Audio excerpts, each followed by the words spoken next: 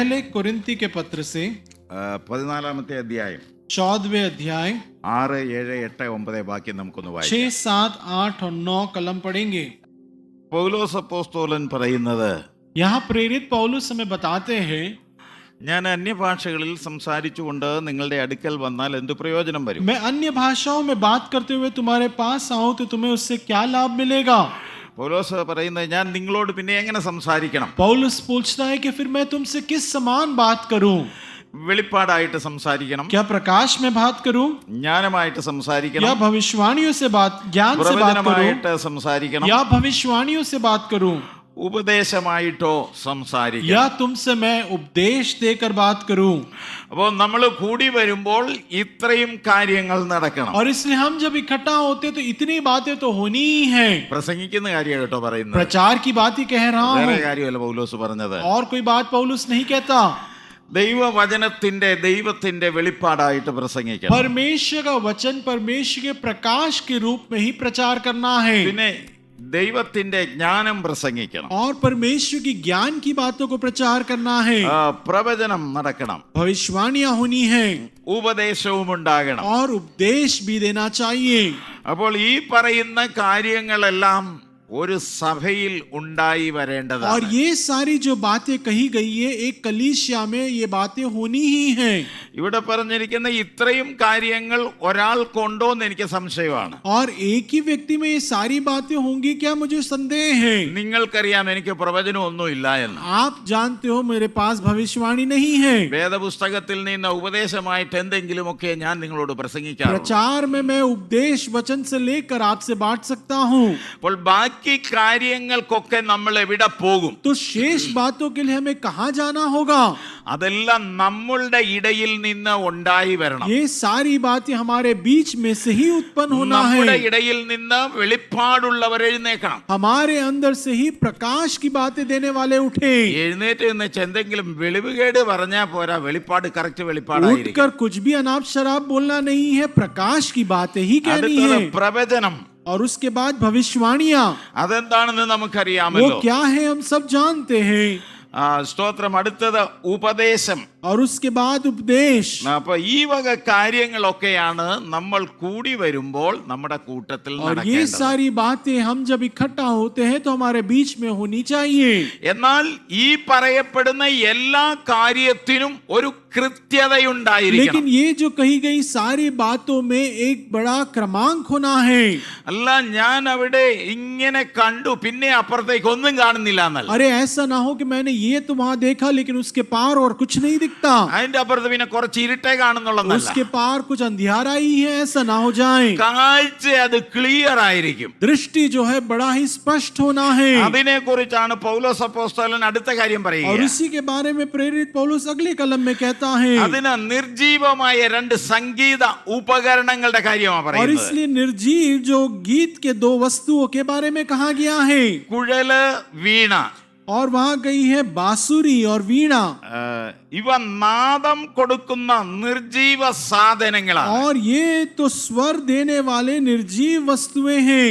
അപ്പൊ ഇവിടെ പുറകിൽ പറഞ്ഞിരിക്കുന്ന ഏതെങ്കിലും കൃപാവരങ്ങൾ നമ്മളിൽ കൂടെ വെളിപ്പെട്ടാൽ, ये पीछे कही गई जो वरदानों में से कोई भी वरदान हमें अगर प्रकट होता है तो, അത് ഞാൻ ചിന്തിക്കുന്ന കാര്യമാണ്, और ये मैं सोचता हूँ, നമുക്ക് പ്രശംസിപ്പാനൊന്നുമില്ല. हमें बड़ाई करने की कोई बात नहीं है. പൗലോസ് പറയുന്നത് പോലെ ജീവനില്ലാത്ത നിർജീവ ഉപകരണമായിട്ട് നമ്മൾ നിന്നു കൊടുക്കുകയാണ്. पौलुस जिस समान कहता है कि निर्जीव वस्तुएं जैसे खड़ी होती है वैसे अपने आप को हम खड़ा कर दें. പക്ഷെ നിർജീവ സാധനം നാദത്തിന്റെ ഭേദം കേൾപ്പിക്കണം. लेकिन निर्जीव वस्तुओं भी स्वर और ध्वनि में भेद दिखाती हैं.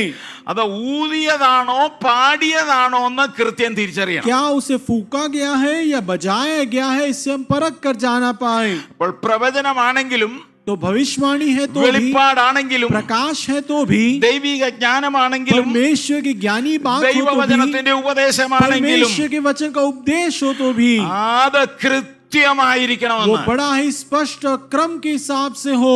കൃത്യതയില്ലാത്തതൊന്നും ദൈവസഭയിൽ വരുവാൻ പാടില്ല. क्रम के बिना वाली कोई भी बातें परमेश्वर की कलीसिया में ना आ जाए. പ്രവചനം അത് കൃത്യമായിരിക്കും. भविष्यवाणी हो बड़ा ही स्पष्ट हो. വെളിപ്പാടുണ്ടായാൽ അത് കൃത്യമായിരിക്കും. प्रकाश की बात हो तो वो भी स्पष्ट हो. ദൈവിക ജ്ഞാനത്തിന്റെ പ്രസംഗമുണ്ടായാൽ അതും കൃത്യമായിരിക്കും. परमेश्वर के ज्ञान की वचन हो तो भी स्पष्ट हो. ദൈവവചനത്തിന്റെ ഉപദേശവും അത് കൃത്യം കറക്റ്റ് ആയിരിക്കണം. और परमेश्वर के वचन से जो उपदेश है वो भी बड़ा ही स्पष्ट और सही हो. കേൾക്കുന്നവർക്ക് അത് അങ്ങനെയാണോ ഇങ്ങനെയാണോ എന്നോ സംശയം തോന്നരുത്. सुनने वाले को संदेह ना हो क्या ये बोला ऐसा है कि वैसा है. ഇതുമായിട്ട് വലിയ ബന്ധമൊന്നുമില്ലെങ്കിലും യേശു പറഞ്ഞ ഒരു കാര്യം ഞാൻ इसके പറയാം. साथ कोई ज्यादा रिश्ता नहीं लेकिन फिर भी यीशु ने कही हुई एक बात में कहो. യേശു പറഞ്ഞു യെസ് എന്ന് പറഞ്ഞാൽ യെസ്, നോ എന്ന് പറഞ്ഞാൽ നോ. ഇതിന്റെ നടുക്ക് വേറെ ഒന്നുമില്ല. यीशु ने कहा हाँ तो हाँ, ना तो ना, इसके बीच में कुछ नहीं होता. അപ്പോൾ ക്ലിയർ ആയിരിക്കും ആ बड़ा സംഭവം. ही स्पष्ट होता है संभव ये बातें. സ്തോത്രം. അത് തെളിവാകാതെ ഇരുന്നാൽ എന്താ കുഴപ്പം? और इसमें से अगर हमें स्पष्ट ना हो तो उससे क्या तकलीफ होगी. 8ാമത്തെ വാക്യം. 8वां कलम. കാഹളം, കുഴലിന്റെ ശബ്ദം സാഫായിട്ട് വരുന്നില്ലെങ്കിൽ യുദ്ധം ചെയ്യുവാനായിട്ട് ആരും ഒരുങ്ങുകയില്ലെന്നാ പറഞ്ഞിരിക്കുന്നത്. तुरही का शब्द जो अगर साफ न हो तो युद्ध के लिए कोई तैयारी नहीं करेगा. നമ്മൾ എന്തിനു വേണ്ടിയിട്ടാണ് ഒരുങ്ങുന്നത്? हम किसके लिए तैयार होते हैं. ഇപ്പോൾ നമ്മുടെ ഇടയിൽ, ദൈവമക്കളുടെ ഇടയിൽ എന്തിന്റെ കാഹളമാണ് अब മുഴങ്ങേണ്ടത്? हमारे परमेश्वर के बच्चों के बीच में किसकी तुरही की आवाज सुनाई देनी ഏത് चाहिए. കാഹളം സാഫായിട്ട് മുഴങ്ങി കേൾക്കണം? कौन सी तुरही के शब्द बड़े स्पष्ट हमें सुननी है. വെളിപ്പാട് പുസ്തകത്തിനകത്ത് കുറേയധികം കാഹളങ്ങളെ കുറിച്ച് പറയുന്നുണ്ട്. प्रकाशित किताब में कई सारे तुरहियों के बारे में कहा गया है. ആ കാഹളങ്ങളെല്ലാം വളരെ ക്ലിയർ കട്ടായിട്ടാണ് वो അവതരിപ്പിച്ചിരിക്കുന്നത്. सारी तुरहियां बड़े ही स्पष्ट रूप से लिख कर रखा गया है. ഒരു കാര്യത്തിലും അവിടെ സംശയം പറഞ്ഞിട്ടില്ല. किसी भी बात का वहां संदेह नहीं है. കാഹളമെല്ലാം മുഴങ്ങിക്കഴിഞ്ഞാൽ പുസ്തകത്തിന്റെ അവസാനം ചെല്ലുമ്പോൾ ഒരു കാര്യം പറയുന്നുണ്ട്. तुरहियां सारे फूक लिए जाने के बाद किताब के अंत में एक बात भी कहा गया है. ഇതാ ഞാൻ, देखो मैं शीघ्र आता हूं. ഇതാ ഞാൻ, ആ സ്തോത്രം, ഇതാ ഞാൻ വേഗം വരുന്നു. देखो मैं शीघ्र आता हूं. അതിന്റെ താഴെ പറയുന്നു ആമേൻ കർത്താവേ വരേണമേ. और अंत में कहा है आमीन परमेश्वर शीघ्र आना. അപ്പോൾ നമ്മളുടെ ഇടയിൽ മുഴങ്ങേണ്ടുന്ന കാഹളം എന്താണ്? और इसलिए हमारे बीच में किस तुरही का शब्द फूकना है. ഇതാ നമ്മുടെ കർത്താവ് വേഗം വരുന്നു. देखो हमारा प्रभु शीघ्र आ रहा है. ആ കാഹളം മുഴങ്ങുമ്പോൾ നമ്മൾ പറയേണ്ടത് ആമേൻ കർത്താവേ വരണമേ. और वो तुरही जब आवाज सुनाई दे तो हमें कहना आमीन प्रभु जल्दी आ जा. നമുക്ക് ഒരുമിച്ചൊന്ന് പറയാം ഇതാ ഞാൻ हम एक വേഗം साथ വരുന്നു. कहे देखो मैं जल्द आ रहा हूँ. നിങ്ങളുടെ എല്ലാവരുടെയും ശബ്ദം കേൾക്കുവാൻ ഞാൻ താല്പര്യപ്പെടുകയാണ്. നിങ്ങളുടെ आप attention सबकी ഉണ്ടായി. ഇതാ आवाज ഞാൻ में सुनना വേഗം വരുന്നു. चाहूंगा देखो मैं शीघ्र आ रहा हूँ. ഒറ്റ ശബ്ദത്തിൽ ഇതാ ഞാൻ വേഗം വരുന്നു.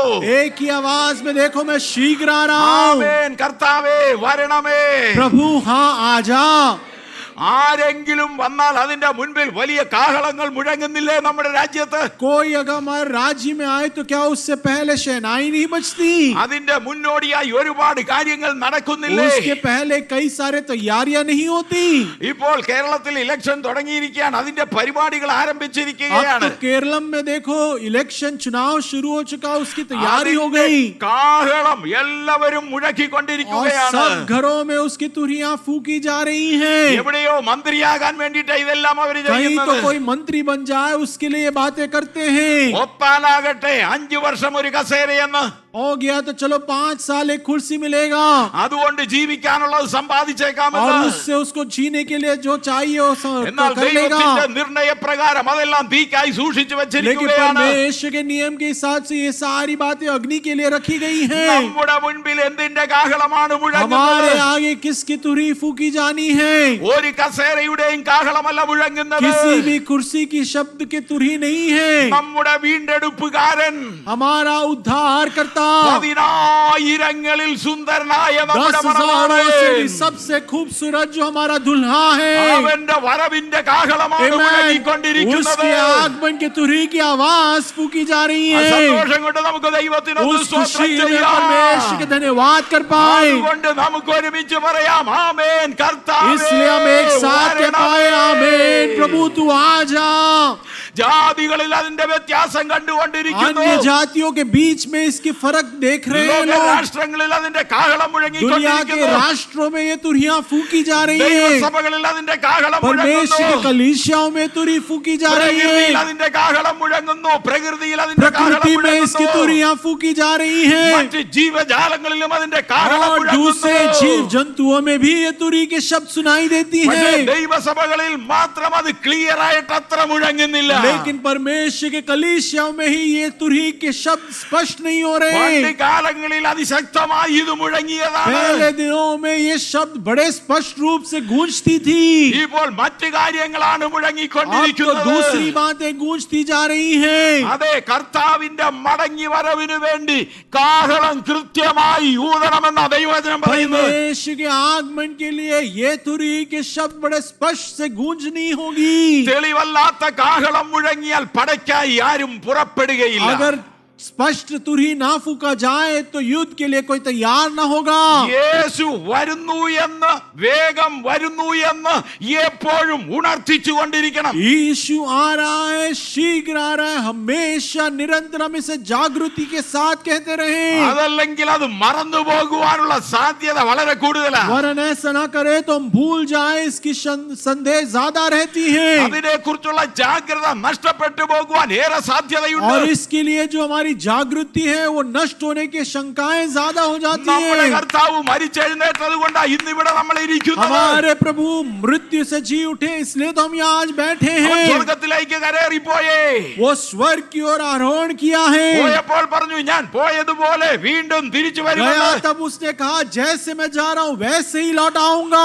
നമ്മെ സ്വീകരിപ്പാൻ തിരികെ വരുന്നവന് വേണ്ടി ഒരു കാഹളം Amen. ധൈര്യത്തോടെ ഊതാം. हमारे लिए जो हमें स्वीकारने के लिए जो आ रहा है उसके लिए हम एक तुरही फूक पाए। അതുകൊണ്ട് കാഹളം സ്പഷ്ടമായി മുഴങ്ങിയാൽ യുദ്ധത്തിന് ജനമൊരുങ്ങും. और इसलिए अगर तुरही के शब्द अगर स्पष्ट हो तो लोग युद्ध के लिए तैयार हो जाएंगे। അത് കേൾക്കാതെ ഇരുന്നാൽ ജനത്തിന്റെ ഒരുക്കം നഷ്ടപ്പെടും. और अगर वो सुनाई ना दे तो लोगों की तैयारी युद्ध के लिए नष्ट हो जाएगी। കർത്താവ് വരുവാൻ താമസിക്കുന്നത് കൊണ്ട് ആ ഒരുക്കം നഷ്ടപ്പെട്ടുകൊണ്ടിരിക്കുകയാണ്. परमेश्वर के आगमन में देरी हो रही है, इसलिए वो तैयारी में हम नष्ट होते जा रहे हैं। ഇല്ല, നിശ്ചയമായും നമ്മുടെ കർത്താവ് नहीं, വരും. निश्चय ही हमारा प्रभु आएगा।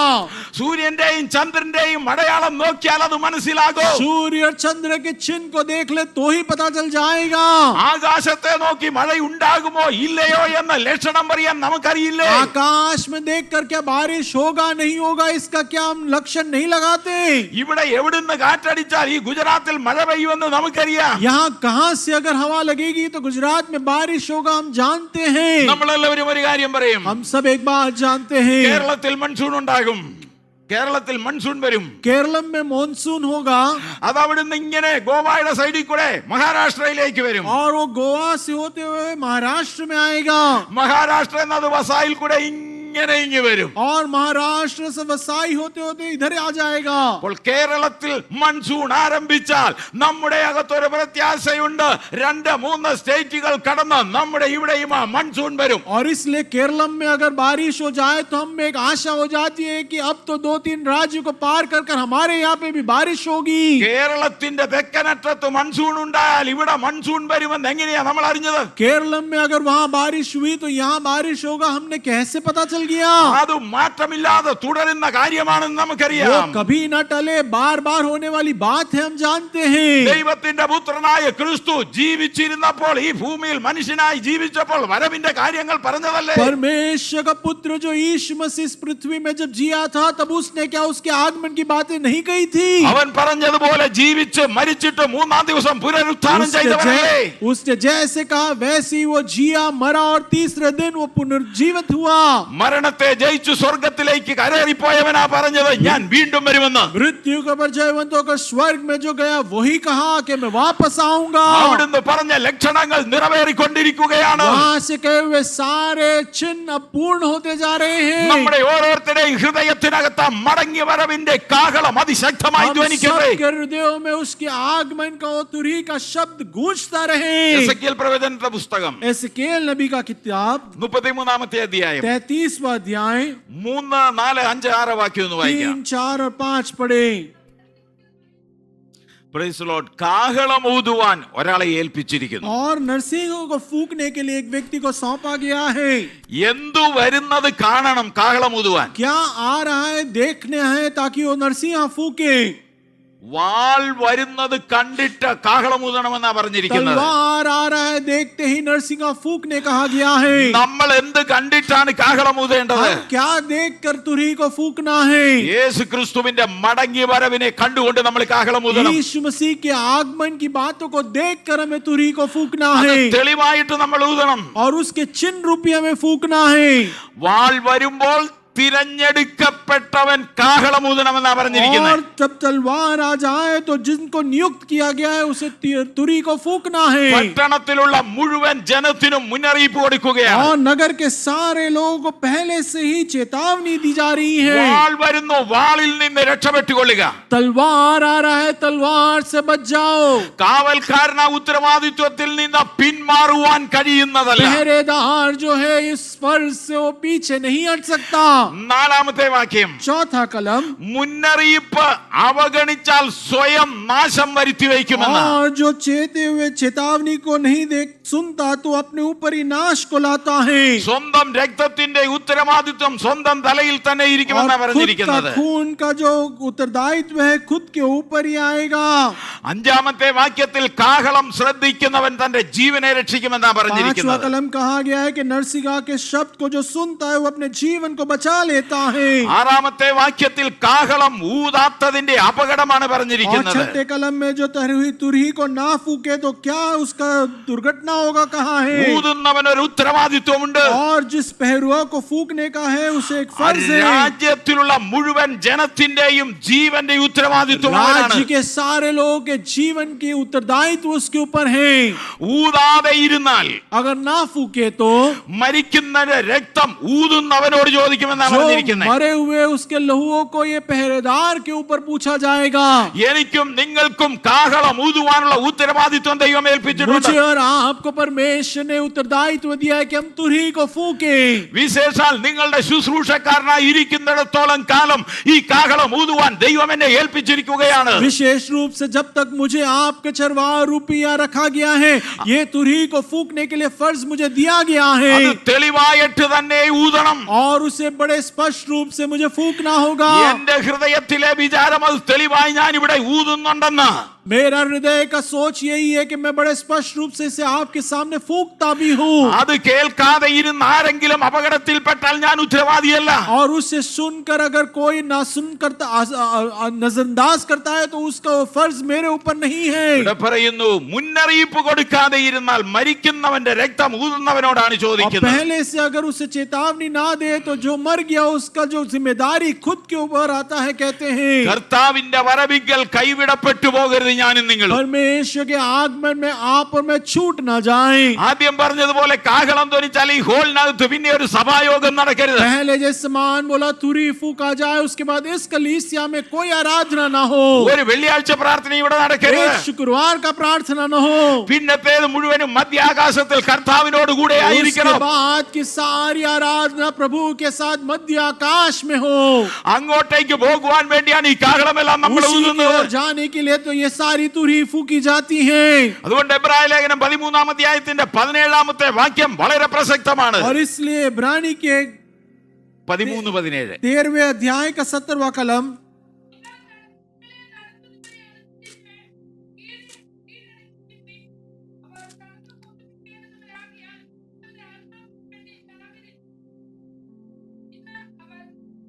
ഞെരുങ്ങിക്കൊണ്ടല്ല സന്തോഷത്തോടെ ചെയ്യുവാൻ ഇടവരുത്തുവിൻ, അല്ലാഞ്ഞാൽ നിങ്ങൾക്ക് നന്നല്ല എന്നാണ് പറഞ്ഞിരിക്കുന്നത്.